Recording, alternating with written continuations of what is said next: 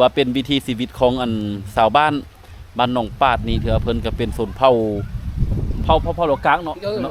เป็นเผ่าเหล่ากลางเถือเพิ่นอาศัยอยู่นี่แต่ว่าเพิ่นก็หากินแบบนี้แหล้วเนาะ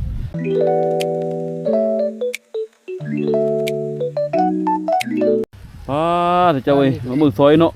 อันนี้เขาเอิ้นว่าแคมอ๋อตัวอันนี้แม่นถือว่าโลละเฮาแกะออกมาแล้วแม่นโลละ 4,000 คันเป็นอันนี้แม่นโลละ 1,000 กีบ1,000 กีบแต่ว่าตากแห้งก่อนเตี้ยนี่ตากแห้งก่อนเนาะบ่ตากได้เขาเอานี่เลยติดเลยเขาหักตากเองเนาะเขาตากเองเรื่องเขานะโอ้แนมนี่เป็นปอเลยกินเป็นกิโลเลยอันนี้มันอยู่น้ำพูเนาะทลายน้ำพูเนาะเลี้ยงก็ได้นะอันให้มันต้นเขาก็มีนะได้กินหลายเนาะปลาดงอยู่ได้วันบ่มีเลยปลาดงแต่บ่มีเนาะมีแต่ปลาเรานั่นนำมาลอยนะก็พอแก้ไขได้เลยเนาะเนาะเด็กน้อยก็ไปได้ผู้ใหญ่ก็ไปเอาดีเพื่อไปได้ถือว่าแม่นเฮาไปแต่เทื่อแม่นมีแต่แห้งเฮาเป้มาบ่ร้อนเต็มเลยเนาะไม่มีแห้งเป้เนาะมีแห้งเป้นะจะว่านั่นเลยล่ะปีนึงได้ปีนึงได้ประมาณ5 เซนจะว่าน่ะ5 เซนก็100 กว่าโลเนาะโอ้แต่เขาจังย่าแล้วเขาละย่าเนาะมันเลยพี่น้องเนาะคนอังไงแหละก็ย่าเนาะเบิ่งเนาะเนาะอันนี้ถือว่าเป็นวิถีชีวิตของอันชาวบ้านหนองปาดนี่ถือว่าเพิ่นก็เป็นชนเผ่าเหล่ากลางเนาะเป็นเผ่าเหล่ากลางแต่เพิ่นอาศัยอยู่นี่แต่ว่าเพิ่นก็หากินแบบนี้แหล้วเนาะอันนี้ถือว่าเป็นผลิตภัณฑ์ที่ว่าออกจากธรรมชาติถือว่าเป็นวัตถุจากธรรมชาติแต่ว่ามันเพิ่นว่าตัดแล้วมันยังขึ้นใหม่เนาะตัดแล้วขึ้นมือยั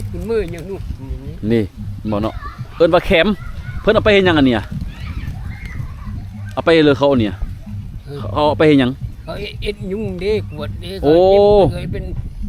ป็นก้านนะยูยิบเอาเลยเอิ้นว่ายูกวาดเพิ่นว่าฟอยกวาดเนาะฟอยกวาดเฮือนเนาะเพิ่นเฮ็ดอยู่นี่น่ะพี่น้องเอ้ยถือว่าแต่ละปีละเทื่อบอกเขามาซื้อเนาะปีละเทื่อเอาบ่อันเลยเนาะพอค้ากันเนาะเอาบ่อันเลยเนาะคะแนนที่เฮามีเนาะมีเรื่องเขาเนาะพี่น้องเนาะก็ฮู้ก็เห็นได้อันนี้ถือว่ามีอยู่ทั่วไปว่าอยู่แคมทางก็มีทางรถก็มีหลายเลยเพิ่นว่าเนาะเอามาแล้วเพิ่นก็อันนี้แม่นถือว่าโลละ 4,000โลละ 1,000 กีบแบบนี้น่ะแบบมีโลละ 1,000 กีบถ้าว่าเอ็ดออกมาปอกออกมาเป็นเนียนน่ะแล้วแม่นโลละ 4,000 กีบขายบ่อันเลยเนาะเพิ่นก็ไปเก็บออกมาจะเอาไปเก็บต้นเซาแล้วมาเฮ็ดต้นแรงแม่นบ่เป็นหยังคือบ่เฮ็ดอยู่ป่าเลยจังได้หลายเนาะหั่นน่ะจังค่อยได้เป๊ะอันนี้นักได้อันนี้นักได้อันนี้แต่ว่าเอ็ดออกมามันมีง่ายนี่แบบนี้ออกมานี่ง่ายนี่มาแล้วเอ็ดอยู่ป่าก็ได้อยู่แต่เฮาแหละยังคนชวนคนเลยเอ็ดกาดได้เลยได้นะเพิ่นเฮ็ดสวนน่ะสวนประกาศเจ้าบ่หั่นอยู่แค่น้ำก็มีอันนี้บ่ของเจ้าบ่สวนนี่น่ะโอ้แค่น้ำก็มีมะม่วงก็มีเจ้าปลูกมะม่วงอีกว่ะปลูกมะม่วงโอ้เพิ่นเป็นคนเนาะเพิ่นเป็นคนดูมั่นได้เจ้าเอ้ยเนาะเบิ่งสวนเพิ่นนี่ดิเขาเฮ็ดอยู่ในหม้องสวนเพิ่นเนาะเดี๋ยวค่อยสิพาไปเบิ่งสวนเพิ่นนี่โอ้สวนเพิ่นมีเลยเนาะเพิ่นมีสวนมีหยังนำเลยเจ้าเอ้ยแต่เพิ่นก็เป็นคนดุคนมั่นได้เนี่ยเนาะเบิ่งนี่โอ้ก็เลยสวนเจ้าอันนี้ป่ะอันนี้สวนเจ้าน่ะเบิ่งขนาดไปเบิ่งสวนกันเด้ออย่ามาหาเด้อโถมาพี่น้องเนาะอันนี้ถือว่าเป็นบ้านนอกแห่งหนึ่งอยู่ที่เมืองเวียงทองแข้งบริคำไซจูเฮาเป็นบ้านนอกเป็นชนเผ่าลาวเทิงเผ่าพ้องค่อยสิมาเบิ่งเนาะผู้นี้ก็เข้าสวนเขาเท่านั้นเลยสวนเจ้าน่ะเขานี่เนาะโอ้นี่เด้อเจ้าเด้อเห็นบ่วิถีชีวิตของเขาเลยเนาะนี่อันนี้ก็ถือว่าผู้นึงถือว่าอยู่เชียงแมนนี่แหละปลูกอะไรนี่นะปลูกแตงโมแต่ปีก็ได้กินอยู่ป่ะบ่ได้ปลูกครับหาปลูกปีนี้เอาพันธุ์อยู่กันเลยมาเนี่ยเอาแนวอยู่กันเลยมาตลาดเอาตลาดพุ่นน่ะเคยได้กินอยู่ว่าปลูกท่านน่ะเคยได้กินอยู่ว่าจะมาปลูกนี่น่ะก็ได้กินเข้ากันครับว่าได้มักยื้ออยู่ว่ามักทำเลยสมองโม่ในตลาดสมองตลาดบ้านบ่แดงอยู่ว่าใจมันหรือว่ามันโบแดงป่ะเหลืองป่ะแดงโอ้ปลูกเลยจะปลูกนี่นะส่วนอยู่นี่นะปลูกเลยเนี่ยปลูกผักกาดแล้วก็ปลูกผักกาดปลูกแตงโมอีกโคตรมันเลยจากเถื่อนี่สวนอันเนี้ยมือละ2 เถื่อเพิ่นว่าโอ้พี่น้องนี่เนาะอันนี้เพิ่นปลูกเนาะเพิ่นใส่ชีวิตแบบนี้ได้เบิ่งสวนเพิ่นนี่เนาะมันเป็นฝักนี่พี่น้องเนาะโอ้นี่เนาะประกาศนี่มาเบิ่ง ได้ซื้อยาฆ่าหญ้าบ่บ่ได้ใส่บ่บ่ได้ซื้อปุ๋ยอีกเนาะ ได้ชื่อ เออ ชื่ออันนั่นธรรมชาติเฮา ธรรมชาติเฮาเหี่ยวใส่ บ่เฮ็ดบ่เนี่ยนั่นน่ะโอ้บ่แม่แหล่งน้ำพี่น้องเนาะน้ำนี้เอาอยู่ทะเลมาน้ำตัวนี้น่ะ อ้าวน้ำเมืองทางทะเลว่ะ น้ำเมืองอีนี่ว่ะน้ำทะเลเอามา เออ บ่ได้อาบน้ำบ่เนี่ยได้อาบบ่น้ำอ่ะ โหดพัก โหดแต่พักเนาะโอ้บ่นี่พี่น้องเอ้ยคักคันเลยบ่แม่วิธีชีวิตเพิ่นเนาะตักน้ำไม่เลยนี่เอิ้นว่าซับมีดินสิ้นในน้ำเห็นบ่ตักอยู่นี่น้ำก็ได้เห็นบ่ตักมาใส่หั่นเลยบ่นี่ตักมาใส่หั่นเลยเนาะเพื่อจะเอามาหดก็เอิ้นว่าเรียบง่ายการใช้ชีวิตในแต่ละมื้อเพราะว่าเพิ่นปลูกนี่เพิ่นปลูกไว้กินได้พี่น้องเอ้ยเนาะปลูกไว้กินอยู่ในแคมป์เฮือนของเพิ่นเลยบ่ได้ไปไกลเลยเห็นบ่นี่เนาะตัวนี้ถือว่าน้ำที่ว่ามาแต่น้ำทะเลไกลเพิ่นเป็นห้องเมืองแต่ปัจจุบันนี่น้ำก็เริ่มแห้งแต่เพิ่นก็มามีดินเพิ่นเนาะเพิ่นก็มาปลูกแบบนี้เลยประยุกต์ไว้เลยอันนี้ถือว่าหัวคิงเคอร์นี่นะเนาะหัวสิงไข่เด้อนี่เด้อหัวสิงไข่เด้อ FC ผังไทยได้ผังลาวเอ้ยนี่หัวสิงไข่นี่เนาะเพิ่นเห็นบ่เพิ่นตักน้ำแล้วเพิ่นก็ขึ้นมาบัดนี้นี่ตักน้ำนี่ขึ้นมาบ่ได้ขายบ่มีแต่กินเนาะ อืม แม่นบ่ จะกิน มีแต่กินบ่ได้ขายเนาะพอดีมันหมดแล้วก็ปลูกไม่เห็นบ่ เออ นี่เนาะเพิ่นบ่นี่เพิ่นหดเห็นบ่หมดนี่พอกินบ่ครอบครัวเฮาซำนี้น่ะ ก็กิน พอกินอยู่เนาะบ่ได้ซื้อตลาดเนาะ บ่ มีเลยผักหอมเขาบ่ปลูกผักหอมน่ะปลูกน้อยเดียวผักหอมเนาะ น้อยเดียว พี่น้องเอ้ยนี่เนาะเพิ่นปลูกผักกาดนี่ปลูกพอได้กินเพิ่นมีจักคนเฮือนเฮาน่ะรวมหมดจักคน 4 คน 4คนเนาะผัวไปเสียแล้วผัวมื้อนี้ ไปชอบตัดแขน โอ้ตัดเข็มมาเห็นบ่เมียเพิ่นก็นึ่งหดผักทาอยู่เฮือนเห็นบ่ผักกาดหยังคืออันนั้นนี่จะหดน่ะผักกาดฟอมปะ กัดชอบ อันนี้ผักกาดหยังนี่ จักผู้ บ่ฮู้เนาะปลูกกินเนาะหอมป้อมหมดดิครบเลยโอ้ก็บ่คาดบ่แคนพี่น้องเอ้ยที่เพิ่นอยู่แบบนี้ก็ได้นะเพิ่นก็มีส่วนครัวมีอาหารการกินมีเอิ้นว่าใช้ชีวิตแบบพอเพียงอะนะบ่ได้ยุ่งยาก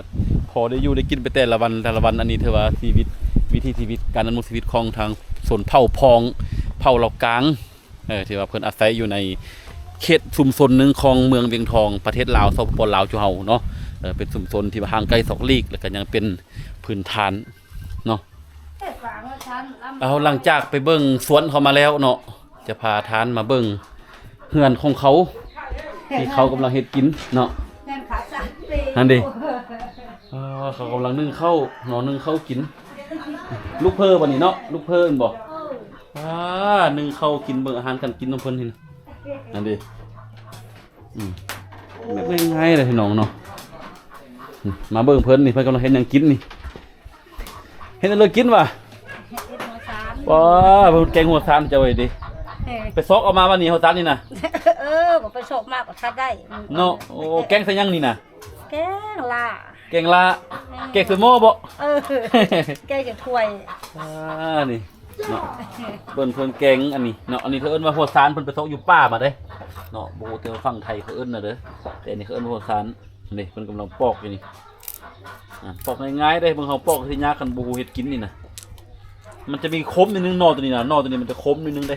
แต่แกงใส่ฮอกใส่นูนี่แซ่บขนาดเลยนี่บ่นี่ มีตัวหอกตัวนึงมาชื่อเสร็จโอ้ นี่บ่ข้างเลย มีสิมาชื่อแซ่บแซ่บ นี่บ่นี่ สิงว่าสิงควาย คักขนาดเลยพี่น้องเอ้ยกินงัวกินควายแกงแซ่บเอามาแกงซะนี่นะ เนาะอันนี้มันคือว่าเป็นหัวปุ้นหัวสารที่มันไปซอกอยู่ป่าเพิ่นน่ะเพิ่นเอามากินนี่นะเนาะเฮ็ดยังอันนี้ปุ๊ยังอันนี้เบี้ยเพียงอันนี้ เบี้ยของป้อม เบี้ยหอมป้อมคือบ่ปุ๊อยู่สวนเพิ่นซั่นน่ะ อันนี้ ป้าอยู่เฮือนกินอยู่เฮือนนี้แม่นบ่โอ้อันนี้เอามาขายบ่คือเอาน้อยไปเถอะซะ เอาไปส่งงัวเห็นแล้วเก็บเอา ว่าสองงัวเห็นบ่แม่เพิ่นน่ะเป็นเงินเป็นคำเมิดไปแต่สวนนี่แม่น้องเนาะไปเบิ่งงัวกันยังหมอกันยังได้อันนี้มาเก็บเอามาเพื่อจะเอาไปขายนี่เห็นบ่โอ้คักขนาดบ้านเฮือนเขานะไปไทยไปทองไปกันเลยไปตักน้ำบ่มีน้ำมาอยู่เฮือนเราไปตักอยู่กันเลยน้ำน่ะโอ้เอาเข้ามาหนูเฮือนเจ้าบ่อนี่เฮือนเจ้าเนาะเข้ามาหนูมันก็เลยตักน้ำเมียไปไทยเมียน่ะ ไปเอาอันนี้หมดแล้ว เฮ้ย เอาเข็มหมดแล้ว เอาแคบมาแล้วโอ้ไปหาเงินมาเลยพี่น้องเลยโดนี่เมียก็ไปหาเพิ่นเอามาเพิ่นจิกกี้นี่เห็นบ่ นี่เฮือนเพิ่นเด้ออันนี้น่ะเฮือนเพิ่นนี่ ยังได้เป็นเพื่อนพี่อยู่ดิ เนาะบ่อนเฮือนครัวขอเบิ่งเข้าเฮือนนึงเด้อ ว้าตัว หมดนะ เบิ่งแม่นี่ ไปเพื่อนกันเลยดิด้วย ป่านี่มา ตายหมดเลย อันนี้นะนี่อันนี้เอิ้นว่าหยังอันนี้นะเอิ้นว่าอันนี้เนี่ย อันมากอันนั้นเด้ เฮ้ย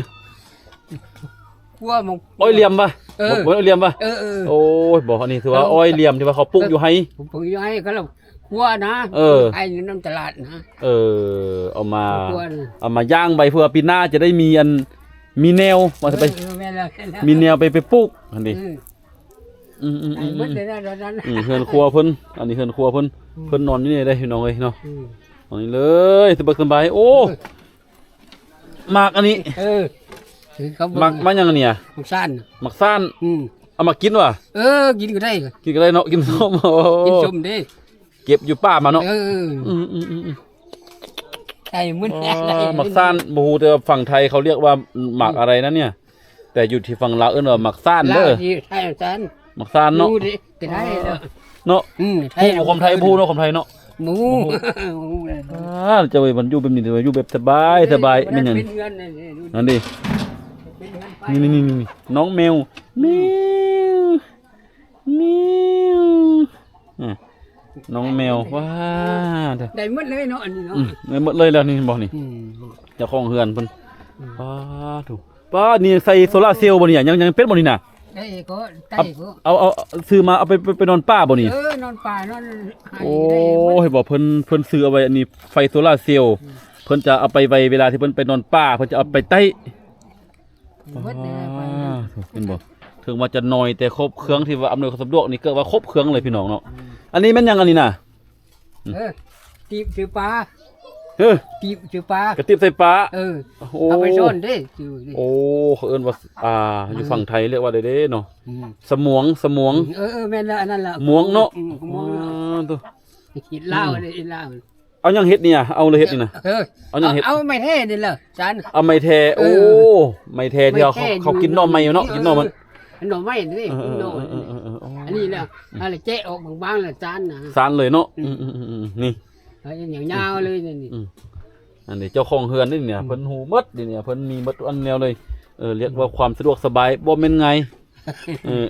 เอาเนาะเห็นบ่พี่น้องเนาะคักแท้ๆเลยเนาะโอเค